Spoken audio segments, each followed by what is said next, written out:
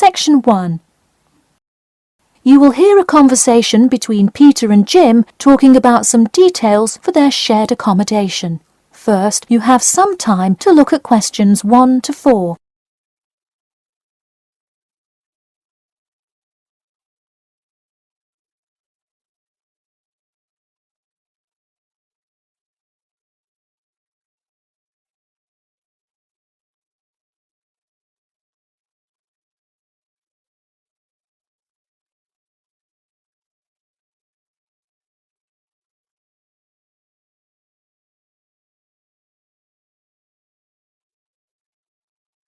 You will see that there is an example which has been done for you.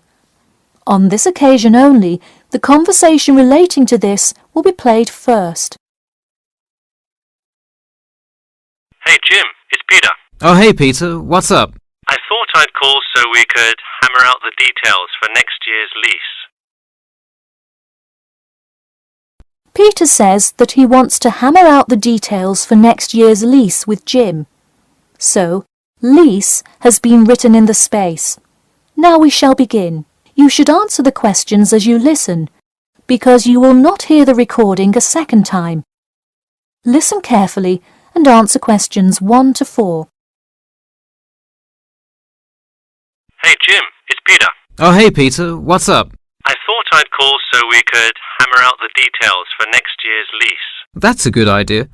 Did we ever decide on how to split the total rent? Well, I was thinking, since my room is bigger, I probably should pay a little more. So I could pay £110 and you could pay £80. Does that sound okay? Considering that my old apartment cost me £100 for a smaller room, I'm definitely alright with that. Hey, I was looking at a map of the area and can't seem to find a bus stop near it. Do you know where we would catch the bus? Well, the bus is actually pretty far from us, but we have that garage that we can park our cars in. Wow, that's great. Convenient parking is hard to find, so we're lucky we have that. Okay, so we have a whole lot of things we'll need to buy when we move in. How do you want to split that up? I was wondering, do you still work at the supermarket? Yep, every Tuesday and Saturday. Would you be able to buy things from there if I sent you a shopping list? Sure, I can do that. Great. Then I can take care of whatever else we need that you wouldn't get at a supermarket. If you want, I'll pick you up from work that day and we can go to the apartment together. Oh, that would be great, thanks. No problem. That way we can split the cost of petrol. Works for me. It's so expensive these days, isn't it? It's downright obscene. Before you hear the rest of the conversation, you have some time to look at questions 5 to 10.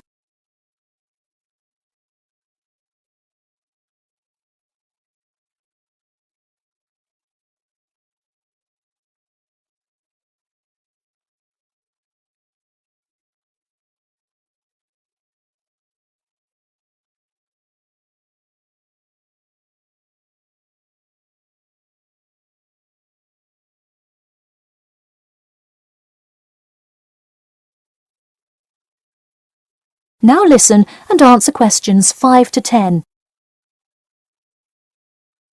So let's figure out what appliances we need. Do we have a microwave? Yes, the landlord's providing that for us. Hey, do you still have that space heater though? We need one for the kitchen since it's not connected to the central heating. All right, I'll bring that. Anything else? Well, I have some dining room and living room furniture I can bring, so that should take care of most of the big stuff. You know what we do need though? Could you bring a toaster? I actually don't have one. It doesn't come with the microwave. No, the landlord is only supplying the microwave. It would really help if you could bring one. Okay, I'll pick one up at the store. You know, I also have this cool antique rotary phone that would be a cool addition to the apartment, sort of as decoration and utility. Oh, cool. The only thing is, we'd have to put it in the kitchen unless you want it in your room. Why not put it in the living room? The living room's too loud to have a phone conversation. The noise sort of carries, So if one person is trying to watch TV or have friends over, the person on the phone won't be able to hear. Okay, well I guess kitchen it is then. Any other big things we need? That seems like everything. That's all I can think of. And of course, move-in is June the 1st. I can't wait. We'll be able to watch the big game in our new apartment. It's going to be awesome.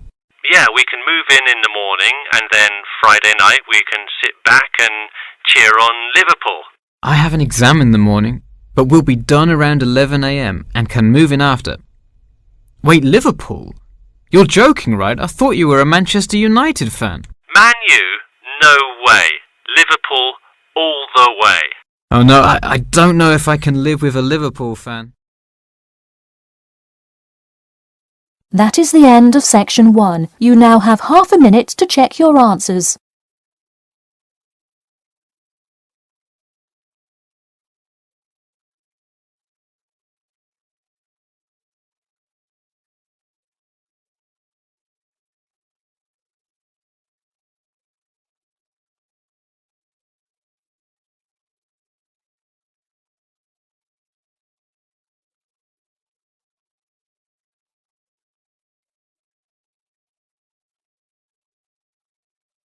Now turn to section 2.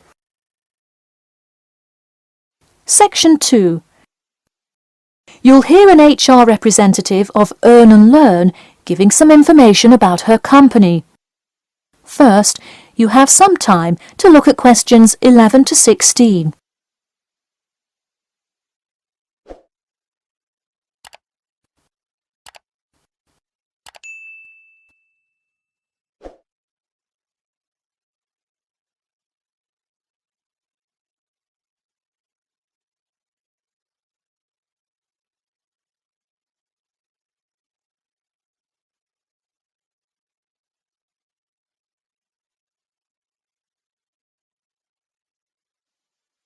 Now listen carefully and answer questions 11 to 16.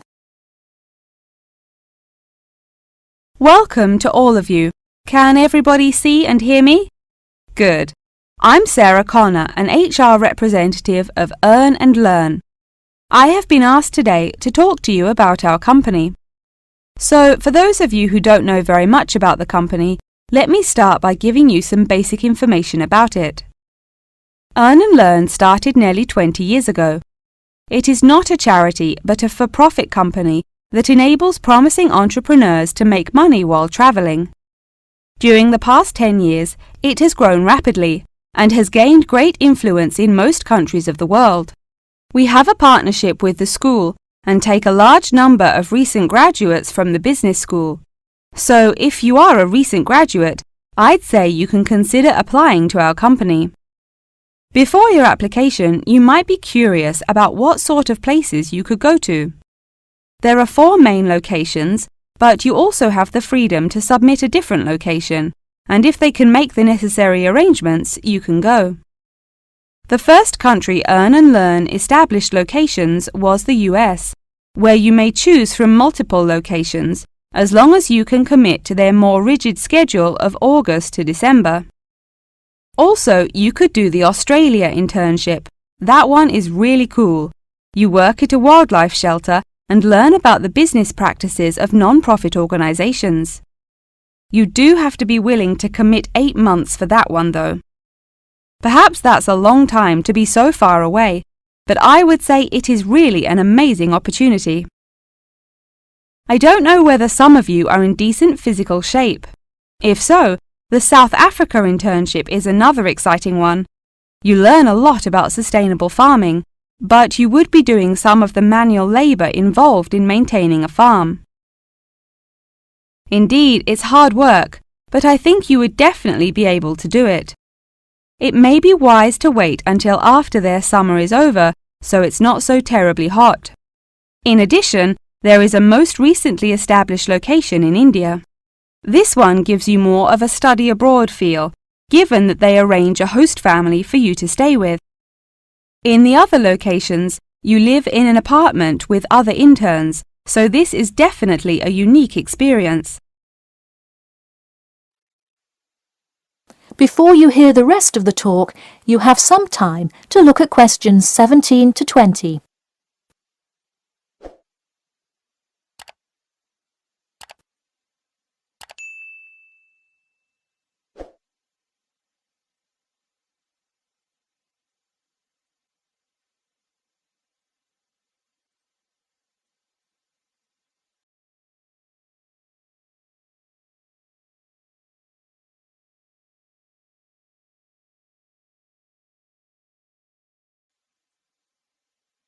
Now listen and answer questions 17 to 20. Regardless of where you go, at the end of the program you get a global travelling certificate, as long as you can explain your experience. You can provide a written log of what you did. I recommend writing journal or blog entries about what you do every day, or a weekly summary of each day. Of course, you don't have to write up a formal report or anything like that, and you need to apply for it once you have returned. Some students may want to know whether this is a paid internship. Actually, you have to pay for the flight there yourself. But you have the opportunity to create your own small business, which could earn you money if it's successful. So basically, you pay for it all up front, but when you're there, you can find ways to make money. That is to say, you pay for 2/3 of the cost up front as a deposit, and then give the final instalment 1 month prior to your return. Finally, I have to remind you that you need a health check before you go, to make sure you're not going to spread any communicable diseases. In addition, before you go, you don't have to attend any meetings or workshops. You'll meet everyone you'll be working with once you get there. Okay, well, that's all I've time for today. Thanks for listening, and I'm happy to take any questions if you have them. That is the end of section 2. You now have half a minute to check your answers.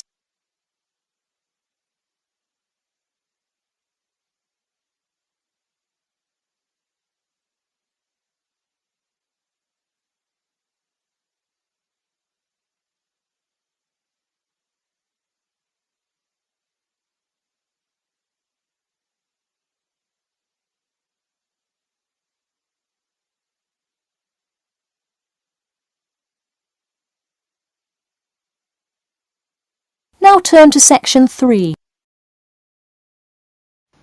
Section 3.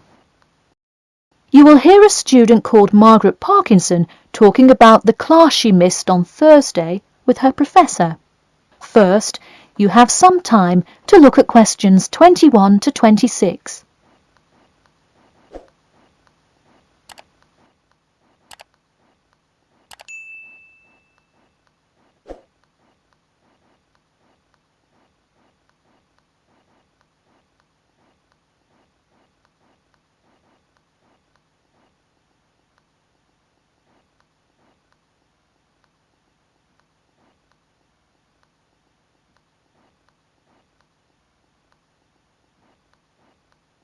Now, listen carefully and answer questions 21 to 26.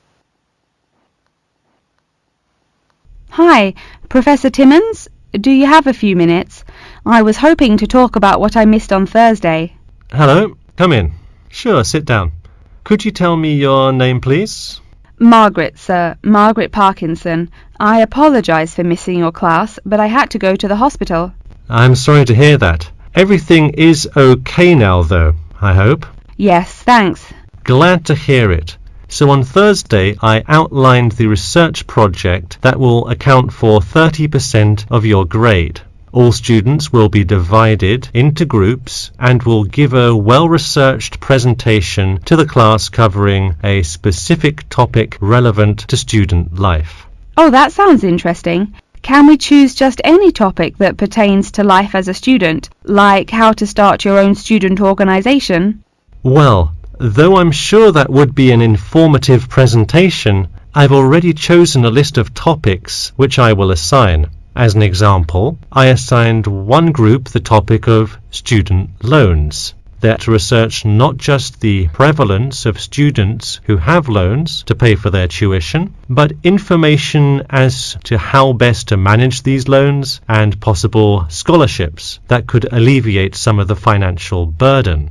That one sounds particularly interesting to me. Could I request that topic? I could easily find out a lot about it by stopping by the finance office on my way to class.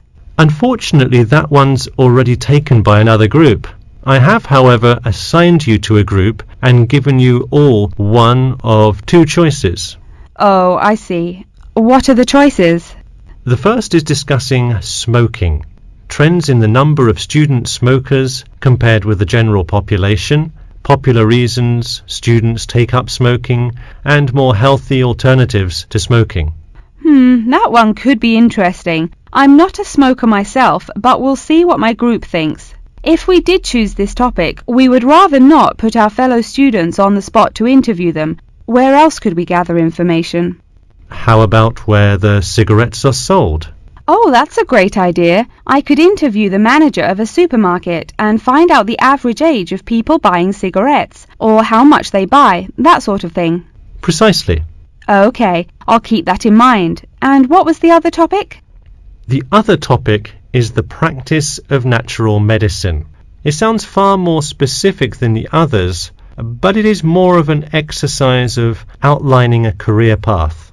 If your group chooses this, you would cover the specifics of becoming a doctor of natural medicine, how to become licensed to practice natural medicine, what the career outlook is, etc.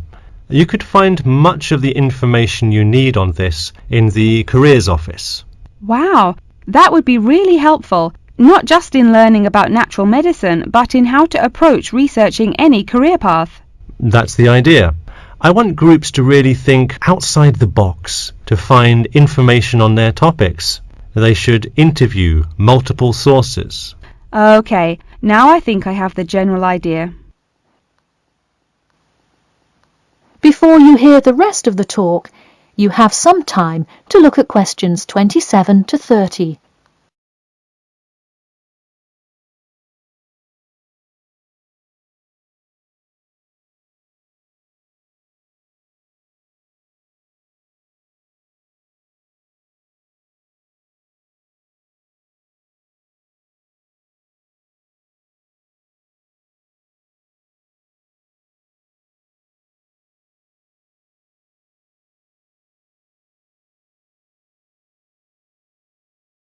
Now listen carefully and answer questions 27 to 30. When is the presentation due? I expect each group to send me an email attachment of the plan ahead of time by October 10th, so that I can ensure that you are on the right track. Oh, that's actually really reassuring. I would hate to spend so much time on a presentation only to find we had taken it in the wrong direction. So when is the presentation? I let groups choose from the list of time slots I have between November 1st and November 5th. Okay, how about the 3rd? I'll have to check with my group, of course, but maybe we could write a tentative time? Sure, let me take a look. I'm actually booked completely through the 3rd and 4th now. How about sometime in the afternoon of the 5th? Great, how about 2 o'clock? No problem. I'll pencil your group in. Okay, thanks. And to clarify, what exactly is due in the first phase? Before the October deadline, I want your group to have compiled resources and then to provide some initial data analysis to support your claims. Okay, so data analysis is due the 10th of October, and then the Presentation? Yes. The final phase is simply giving the presentation on the 5th of November. All right, I think I have all the information I need. Thanks. You're welcome. See you in class tomorrow. That is the end of section 3. You now have half a minute to check your answers.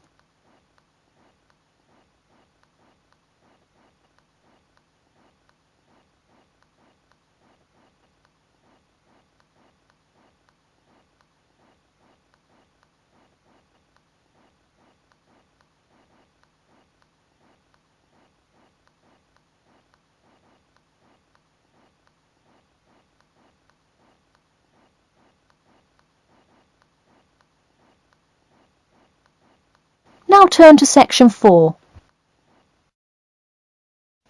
Section 4. You will hear an introduction about an eco-friendly building called the Gherkin. First, you have some time to look at questions 31 to 40.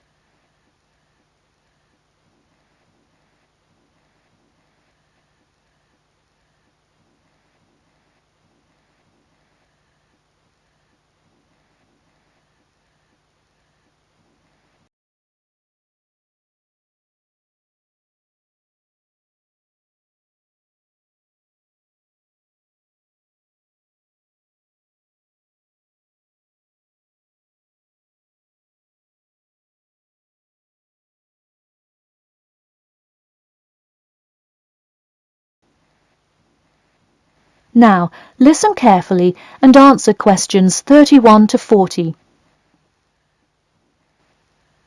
Today, I'd like to tell you about how UK architects are playing their part to address the issue of global warming. You have seen many of these iconic buildings while going about your everyday life, but you may not know how they are affecting your tomorrow.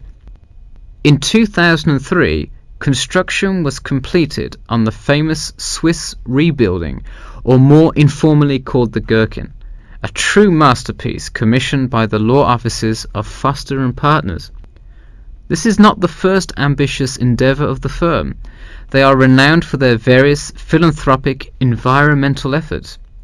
The Gherkin, with its cut-and-edge green initiative and sharp design, is gaining recognition as an icon in modern architecture.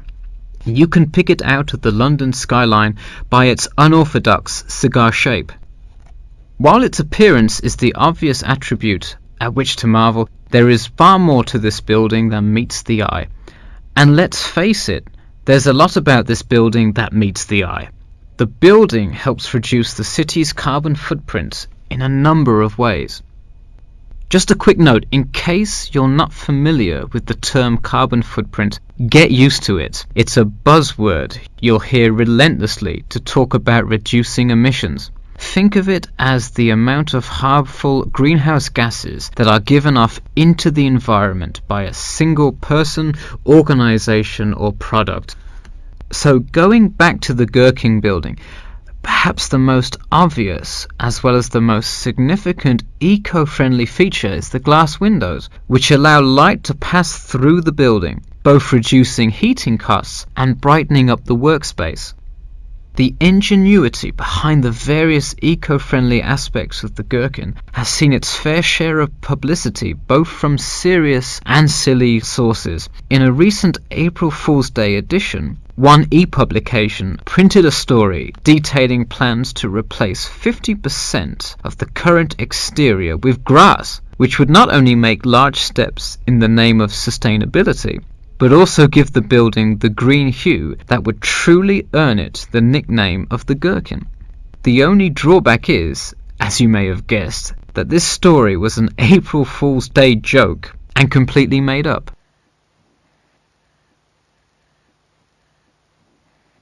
In all seriousness though, the building is setting a new standard of design that other architects and city planners just cannot ignore.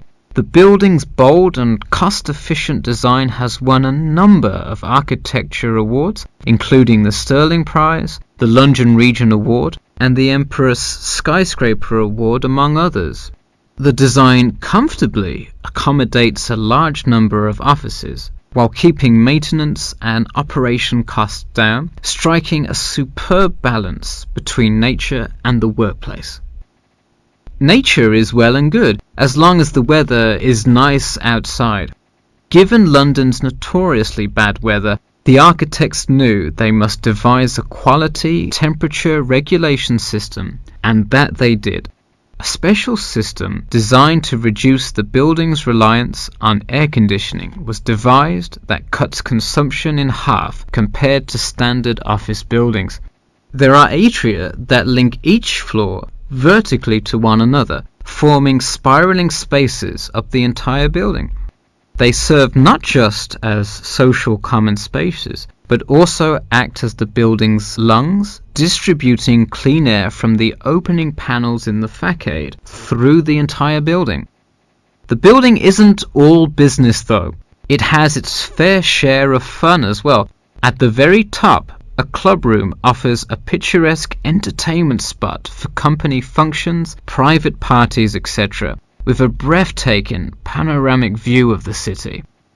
The creation of such an innovative structure has many wondering what the future of urban planning and architecture may be. Well, if the other projects currently commissioned by Foster and Partners are any indication, the entire city constructed with similarly eco-friendly buildings is not far in the distance. The Masdar City development aims to create a desert city that produces zero waste and removes as much carbon dioxide from the atmosphere as it puts in, a huge feat in protecting our Earth. The Gherkin is a truly impressive feat, yet it is not the only one worth noting. Now to move on to another green initiative, I'll tell you about the Eden Foundation building found in Cornwall. That is the end of section 4. You now have half a minute to check your answers.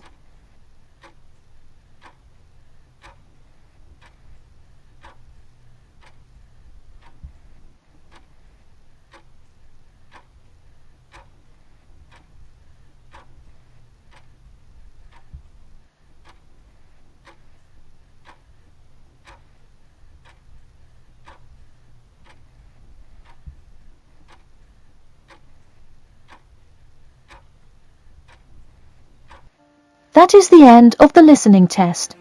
In the Ielts test, you will now have 10 minutes to transfer your answers to an answer sheet.